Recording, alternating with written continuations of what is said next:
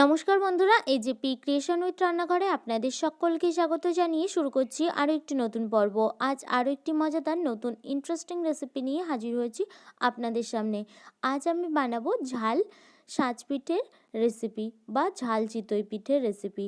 চলুন তাহলে আর বেশি দেরি না করে রেসিপিটি শুরু করা যাক। রেসিপিটি শুরু করার আগে প্রত্যেকবারের মতো আপনাদের কাছে একটাই অনুরোধ, ভিডিওটা একটু স্কিপ না করে প্রথম থেকে শেষ পর্যন্ত দেখতে থাকুন এবং রেসিপিটি ভালো লাগলে অবশ্যই একটা লাইক করে চ্যানেলটিকে সাবস্ক্রাইব করে রাখার অনুরোধ রইল।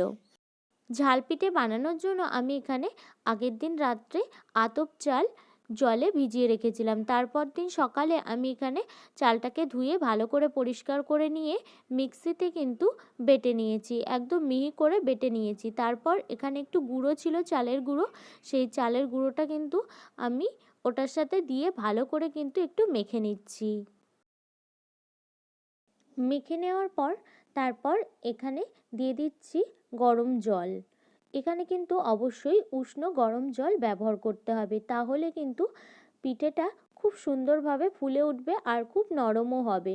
তারপর এখানে আমি কিছু সবজি কেটে রেখেছি, যেমন ধনে পাতা কুচি কেটে রেখেছি আর কুচি করে রেখেছি গাজর, সব কিন্তু আমি ধুয়ে তারপর কেটে রেখেছি। আর এখানে লঙ্কা কুচি করে রেখেছি আর নিয়ে নিয়েছি কিছু মটরশুঁটি। এই সবজিগুলো কিন্তু আমি দিয়ে ঝাল পিঠেটা বানাবো।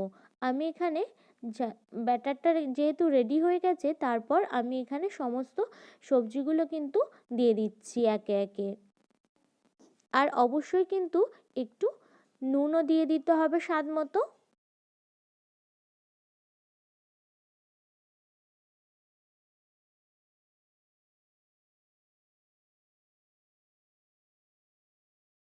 এই পর্যায়ে সমস্ত সবজিগুলো আমার দেওয়া হয়ে গেছে, তারপর ভালোভাবে কিন্তু মিশিয়ে নিতে হবে।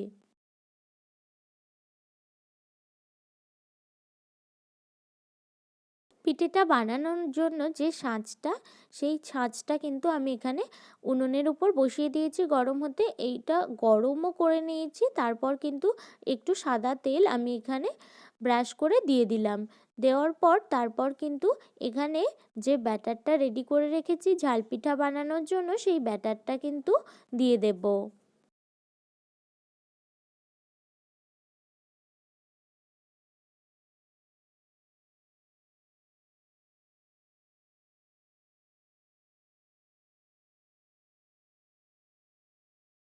এই পর্যায়ে কিন্তু আমার ঝাল পিঠাটা কিন্তু রেডি হয়ে গেছে।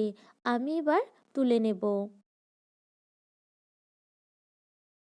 ওই একইভাবে সমস্ত ঝাল পিঠাগুলো কিন্তু বানিয়ে নেব।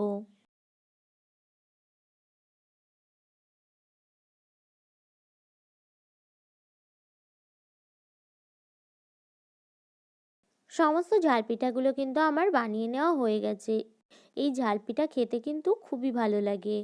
আমার এই ঝাল পিঠার রেসিপিটি যদি আপনাদের ভালো লেগে থাকে তাহলে অবশ্যই একটা লাইক করে দেবেন এবং কমেন্টের মাধ্যমে জানাবেন আমার এই রেসিপিটি আপনাদের কাছে কেমন লেগেছে, এবং বেশি বেশি করে শেয়ার করে আমার পাশে থাকবেন, আমাকে আরও উৎসাহিত করবেন।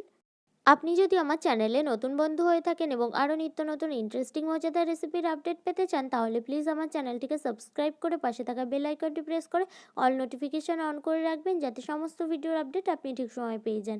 আজ এই রেসিপিটি এই পর্যন্তই। আরও একটি মজাদার নতুন কোনো ইন্টারেস্টিং রেসিপি নিয়ে আপনাদের সাথে দেখা হবে আরও একটি নতুন পর্বে। সবাই সুস্থ থাকবেন, ভালো থাকবেন এবং সাবধানে